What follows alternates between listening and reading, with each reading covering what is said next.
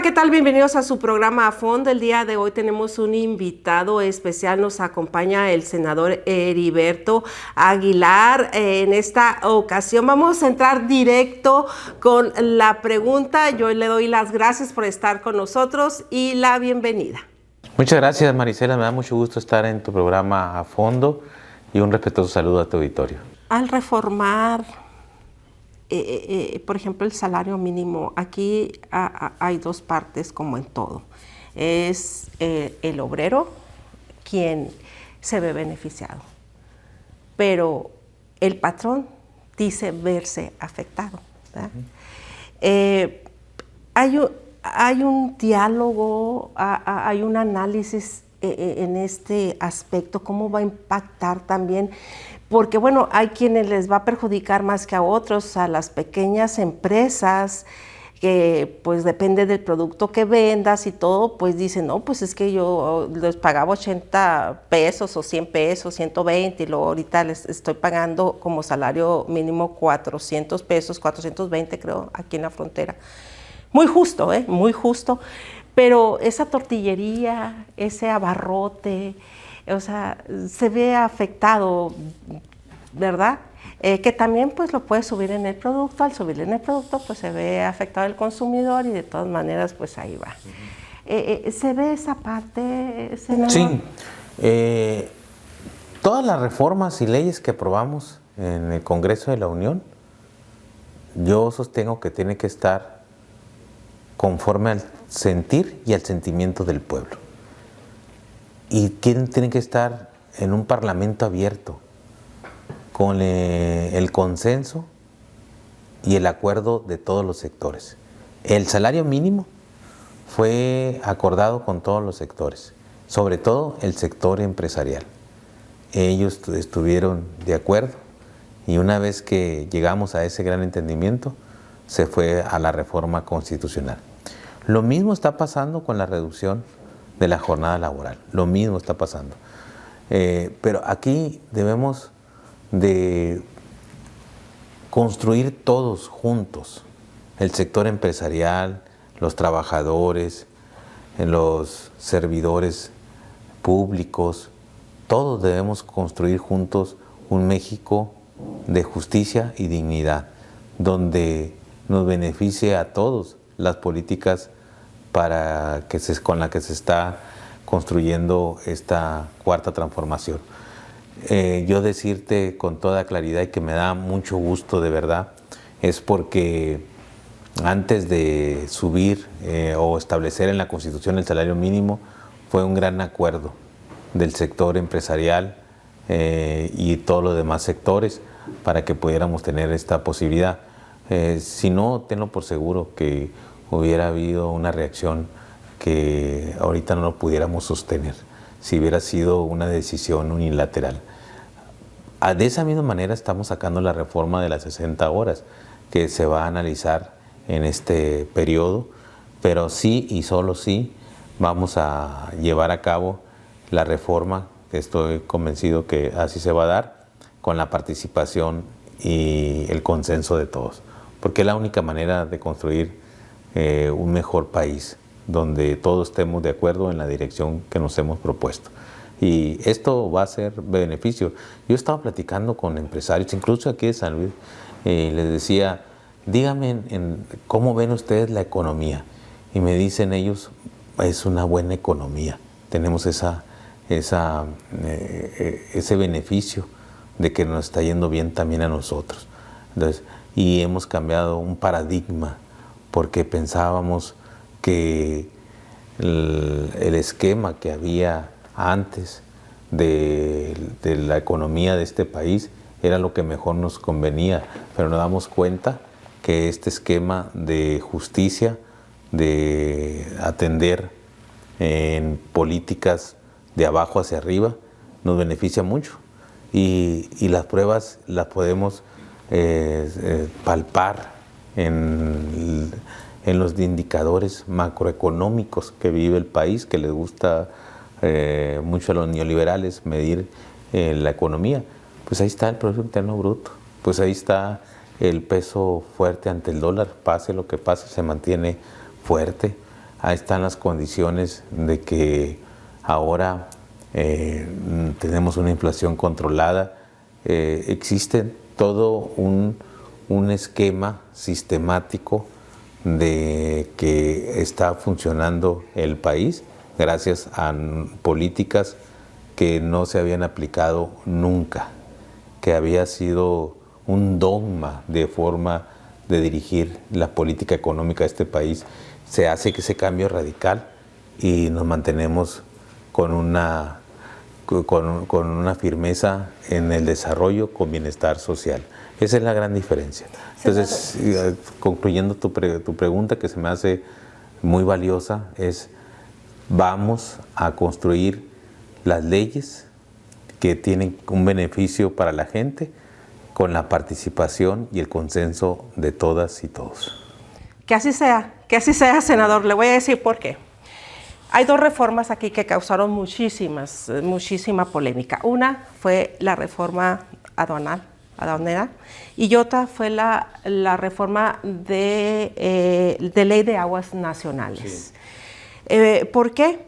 Lo primero que manifestaron todos los agricultores, sobre todo del Valle, y que de Mexicali, Baja California, y bueno, en general fue nacional, no hubo un diálogo.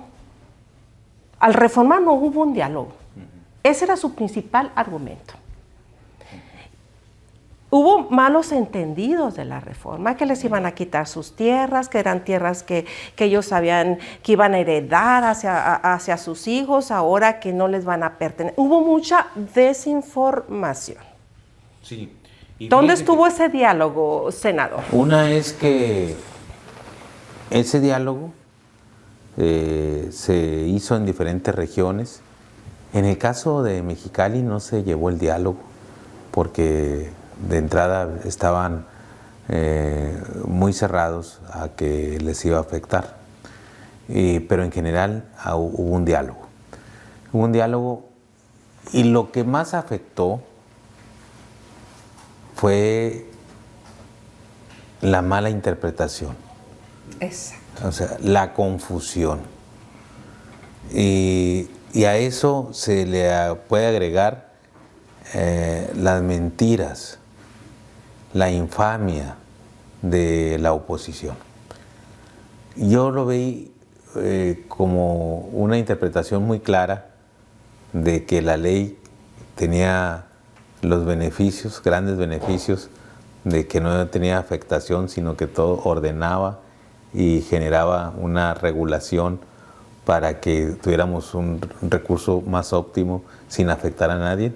Fue cuando se estaba aprobando esta ley en la Cámara de Diputados y se hizo una gran manifestación. De todas partes del país llegaron a esta manifestación. Y conforme se fue discutiendo artículo por artículo, se dieron cuenta que no había ninguna afectación, que al contrario, mantenía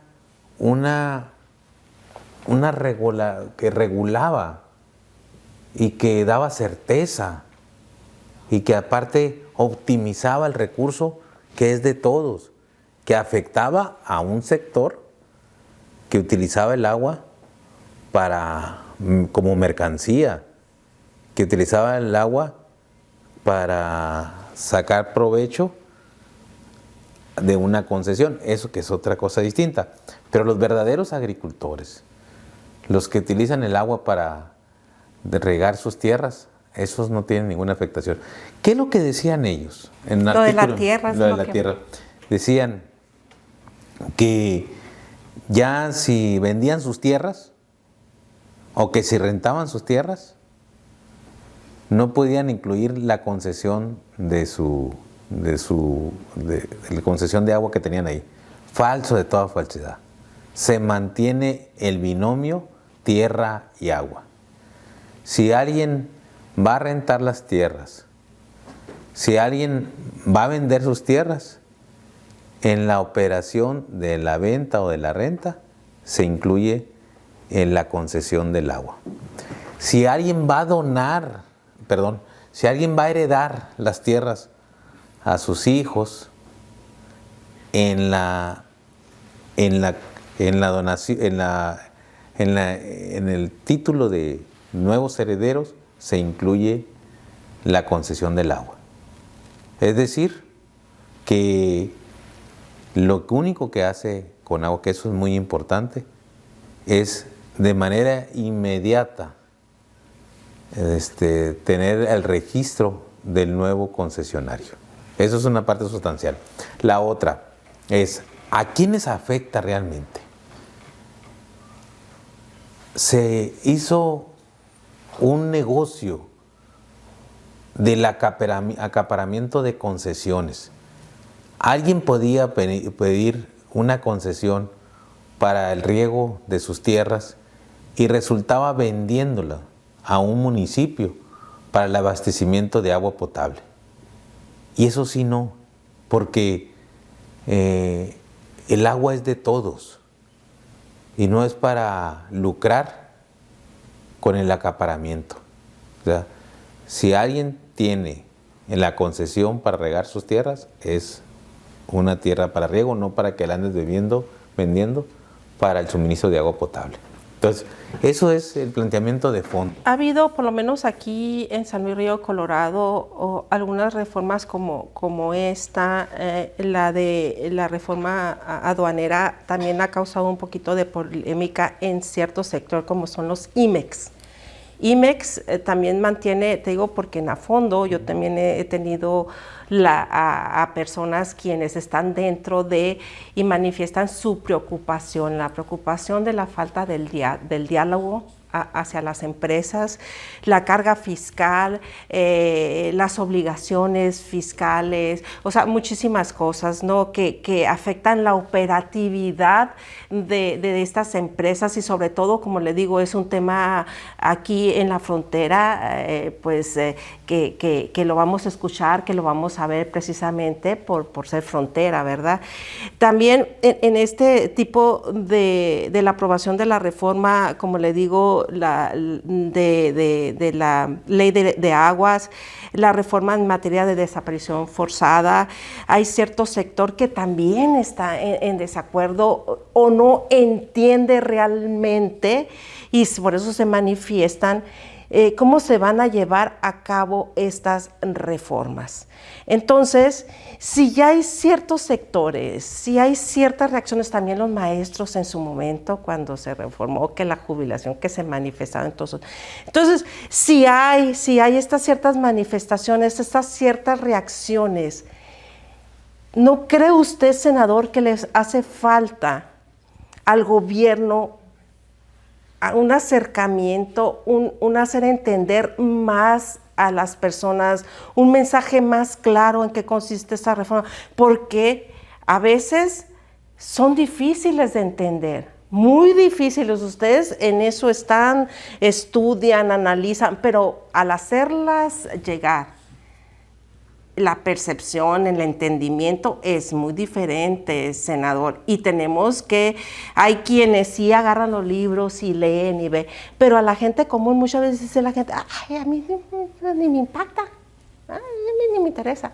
pero no saben que sí les impacta, no saben que sí les interesa y no saben que sí les perjudica. Por ejemplo, la de la reforma, la de la reforma a la ley de aguas nacionales. A mí no me interesa, dice la gente, o no me perjudica. Claro que sí, porque si le perjudica al agricultor en el momento de sembrar, en el momento que ya no es redituable, que ya no hay ese apoyo, se va, deja renta, se deja de sembrar, se deja de tener ese producto en la mesa, se pone más caro, entra la ley de la oferta y de la demanda. ¿Cómo no nos va a perjudicar? Nos perjudica, todo nos perjudica. Todo está conectado. Entonces, senador, la pregunta directa es, entonces, ¿no cree que falta del gobierno ese acercamiento, no, esa explicación? Siempre vamos a tener un diálogo de ida y vuelta con la gente, con los sectores. Eso es fundamental. Y siempre hay que hacerlo más eficiente, con más cercanía, con mayor participación, para que avance con el consenso integral de todos los sectores. Por ejemplo, la ley aduanera que aprobamos recientemente, antes de finalizar el 2025, fue con el aval de la Asociación Nacional de Agencias Aduanales. Y fue un periodo muy largo, de meses, porque se iba valorando cada capítulo, cada artículo, hasta que hubo un equilibrio, y que ese equilibrio nos dio la razonabilidad de una ley. Yo cuando les pregunto a los de la agencia aduanera que sí que les parecía, dijeron, nos quedó bien, nos parece bien. Entonces, ese es un avance que tiene que ver con el Parlamento abierto, donde se considere todas las voces, así como vamos a considerar las leyes que estamos haciendo. Cuando estábamos en el proceso de la aprobación de la ley de aguas, hablo aquí en Sonora con el presidente nacional, que es sonorense, de la Asociación de los Registros de los Distritos de Riego, y me dice, quedaron solventadas nuestras preocupaciones, que es la mayor parte del agua de la nación se utiliza en el riego, en los distritos de riego. Y eso nos ha ayudado, porque no se están aprobando leyes injustas, se están aprobando leyes que nos acerque a un bien mayor, donde haya el beneficio colectivo, el mayor beneficio para la ciudadanía. Ese es el camino que hemos emprendido. Pero además, aparte de que esas leyes son consensadas con todos los sectores, es un programa de político electoral que nosotros se lo planteamos en la campaña a la gente. Vamos a hacer una ley nacional de aguas, vamos a subir el salario mínimo, vamos a hacer una ley para garantizar la vivienda digna y propia para el trabajador, vamos a tener una pensión también para las mujeres 60-64, vamos a, así como teníamos becas a los jóvenes de prepa, también vamos a hacer una beca Rita Cetina para primaria y preescolar. Todo eso lo planteamos en el programa electoral cuando estábamos en campaña, y ese planteamiento fue un mandato popular, por eso la importancia de que ese mandato popular se respete y se establezcan las leyes. Así, de esa manera, queda muy firme que en lo que corresponde a la decisión de la gente, a cómo queremos un país, se establezcan las leyes, y que Dios guarde, toco madera, pero que el día de mañana que llegue otro tipo de gobierno, en los que no querían que se hicieran políticas de abajo hacia arriba, ya no las puedan cambiar porque están en la Constitución.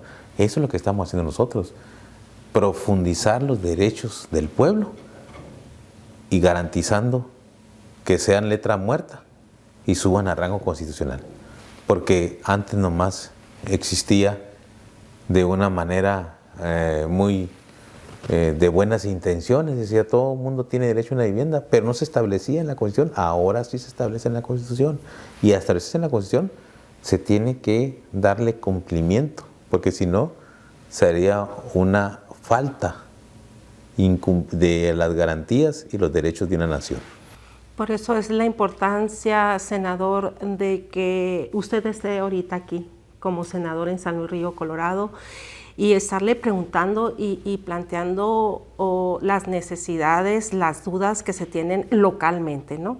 Porque, como le vuelvo a repetir, en todos los lugares es diferente, y sobre todo que la gente entienda de qué consiste esa reforma, porque véngase todo lo bueno para México, para el país, para la sociedad, véngase, bienvenido, pero pues hay que entenderlo y hay que hacerlo valer.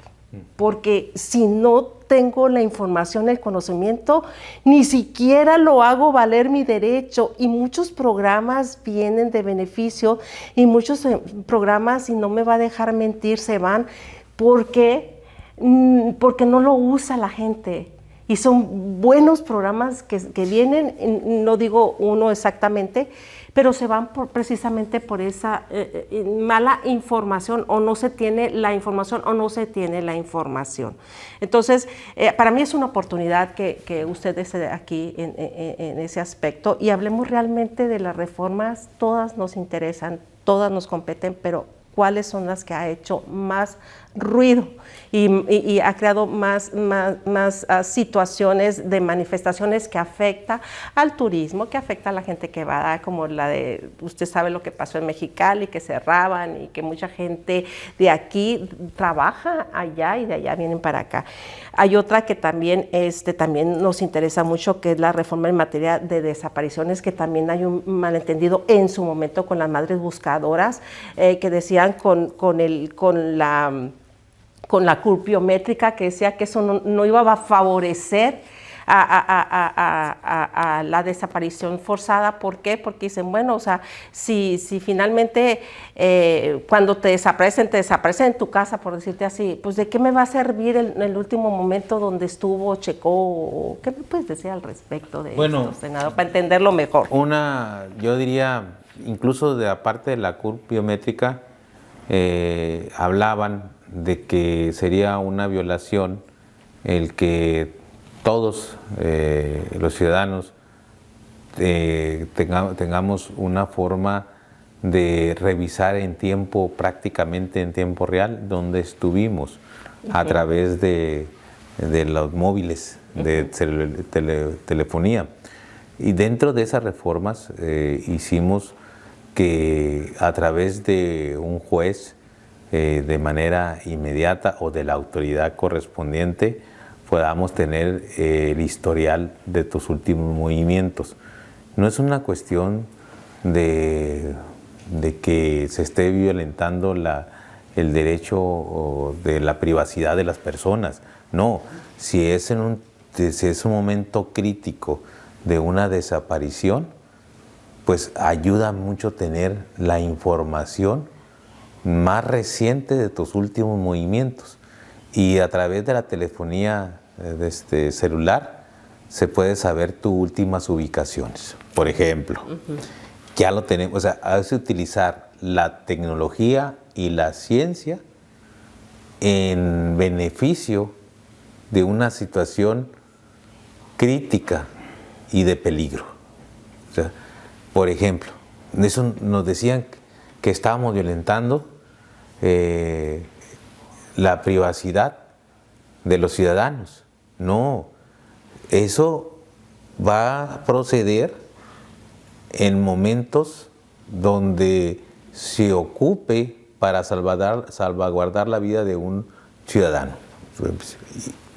Y ya, eso, aclarando el punto, todos dijeron, pues, ¿por qué no?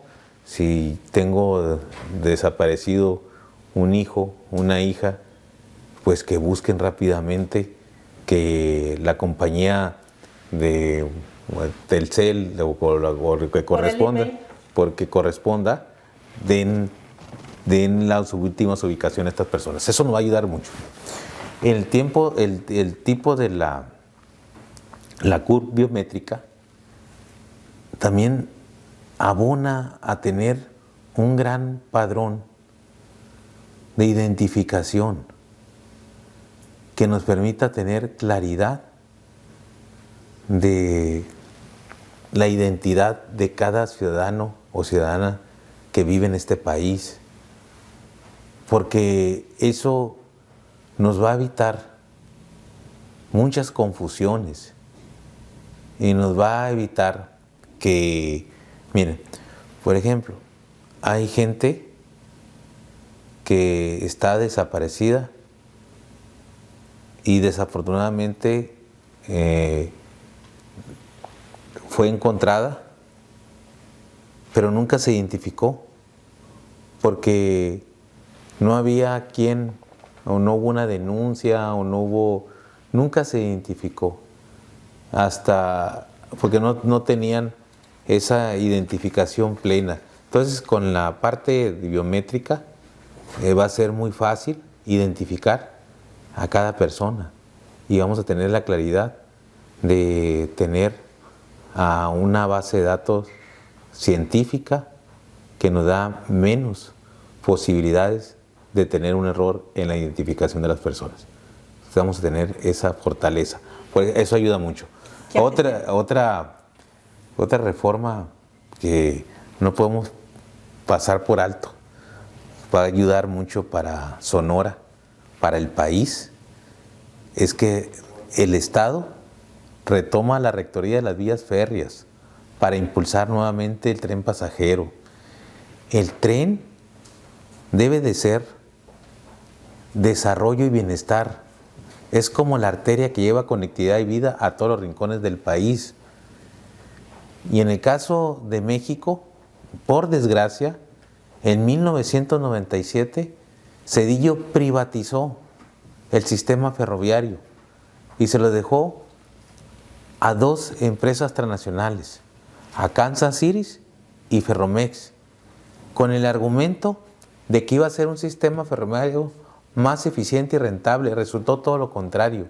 Desapareció el tren pasajero y el sistema de carga lo hicieron exclusivo para beneficio de esas dos empresas, cuando debe de ser para el desarrollo del país y la prosperidad de su gente. Vamos a tener un sistema de transporte eficiente, moderno, accesible y amigable con la naturaleza. Vamos a tener un nuevo sistema de transporte que hacía mucha falta en esta nación y que nos va a permitir que regrese el tren pasajero, porque yo he platicado con muchos sonorenses y en ellos veo una profunda añoranza cuando recuerdan los viajes que hicieron en el tren por motivos de estudio, de trabajo, de visitas a familiares. Pues ya tendremos esta nueva etapa de la transformación a través del tren pasajero en Sonora. ¿Y la ruta en Sonora? En la ruta es la que teníamos ahorita en el sistema del tren pasajero. Es del Pacífico, que es Guadalajara, Mazatlán, Sonora, y aquí en Sonora ahorita es Benjamín Gil. O sea, ahí recordemos que Benjamín Gil, ahí se hacía la desviación hacia la frontera o de Nogales o hacia acá, hacia Mexicali. Ahorita se tiene contemplado para el tren pasajero a Nogales, pero luego atender la parte de Benjamín Gil a Mexicali. Ah, muy bien. No, claro, como le digo, siempre todo lo que nos beneficie, pues es bienvenido. Senador, pues ya nos tenemos que ir. Le dejo estos minutos para diálogo abierto, para que usted se despida, o si se me pasó algo importante que preguntarle, adelante. Yo agradecerte mucho por este espacio que nos brindas, nos da la oportunidad de informar, de rendir cuentas de lo que estamos haciendo y lo que nos falta por hacer y cómo lo estamos haciendo. Y que esta etapa tan importante que vivimos en el país, que las reformas que después se convierten en políticas públicas, estas reformas sean con el sentir y el sentimiento del pueblo. No podemos hacer políticas que beneficien a unos cuantos, que como era antes, solamente se beneficiaba a unos cuantos de arriba hacia abajo, todo se quedaba arriba, nunca les tocaba nada a los de abajo. Y ahí está el tema del ferrocarril, y ahí está el tema del rezago del salario mínimo, y ahí está el tema como antes no se destinaba recursos para beneficiar a los que menos tienen y a los que menos pueden. Ahora en la Constitución se establece con toda claridad la pensión del adulto mayor, las becas a los jóvenes de prepa, el apoyo económico que reciben las mujeres 60-64, que cuantificando estos beneficios es 1 billón de pesos que se utiliza anualmente para el beneficio social. Pero lo más fundamental en esta parte de la transformación es que nosotros tenemos un gran compromiso con el pueblo, porque tiene confianza en nosotros y no le podemos fallar. Decirles que seguiremos haciendo leyes para la justicia, la dignidad, el bienestar, la prosperidad material y la prosperidad en el alma de nuestro pueblo. Que ese es el compromiso, que vamos a seguir fortaleciendo las políticas públicas de México, que nosotros estamos convencidos que la política es la oportunidad que tenemos de encontrar felicidad haciendo el bien al prójimo, que ese es el mayor beneficio que tenemos como representantes del pueblo, encontrar esa felicidad de cumplir con honor nuestro deber. Y agradecerle mucho a San Luis porque siempre ha estado firme con el movimiento de la transformación, decirles que no les vamos a fallar y que así como estuve en campaña y les decía que si llegábamos a esa mayoría calificada, que si tuviéramos el apoyo en las urnas, íbamos a avanzar en profundizar los derechos del pueblo, que hoy me da mucho gusto decirle que se está cumpliendo, que lo que dijimos de la pensión a las mujeres de 74 ya es una realidad, que lo que dijimos de la beca Rita Cetina ya es una realidad, que lo que dijimos de que se estuviera atendiendo de manera domiciliaria a los adultos mayores y a las personas con discapacidad es una realidad, que lo que dijimos de que íbamos a reformar el artículo 2 de la Constitución para garantizar que nuestros pueblos originarios y afromexicanos de este país tuvieran un recurso propio con personalidad jurídica para que lo ejercieran en las necesidades más prioritarias de sus comunidades y que nunca más fueran abandonadas, como sucedió por muchos años, por toda la vida. Hoy aquí hay una comunidad indígena que es Cucapá. Ellos tienen ahora un recurso propio que lo van a administrar y lo van a aplicar donde mayor necesidad tengan para desarrollar mejor sus comunidades. Esto es lo que representa la transformación. Esto es lo que representa que hagamos leyes para la justicia y la dignidad de nuestra gente. Por eso, decirles que siempre el compromiso firme de que mantengamos un diálogo cercano, de ida y vuelta, y que entre todos y desde abajo sigamos construyendo un mejor país. Y muchas gracias, agradecerte, decirte también algo que me da mucho gusto específicamente para San Luis, y lo pueden revisar ahí en las redes, de cuando estuvo la presidenta, hoy presidenta, en aquel entonces candidata por Morena, el primer acto de campaña lo hizo aquí en San Luis Río Colorado. En esa ocasión, estando ahí antes de que ella tomara la palabra, me pregunta: Heriberto, ¿qué se ocupa para San Luis? Lo más prioritario. Le digo: doctora, un hospital de especialidades. Y en el 2025 ya se puso la primera piedra para este gran hospital que van a tener aquí en San Luis Río Colorado, que va a tener muchos beneficios para la gente. Así también se está construyendo ya más de 40 kilómetros de senderos iluminados. Y eso va a tener mucho beneficio, porque no hay como caminar con la seguridad, disfrutando tu ciudad, con el derecho que tenemos al bienestar urbano. El Sendero de la Paz. El Sendero de la Paz. Pues muchas gracias. Un gusto haber estado contigo.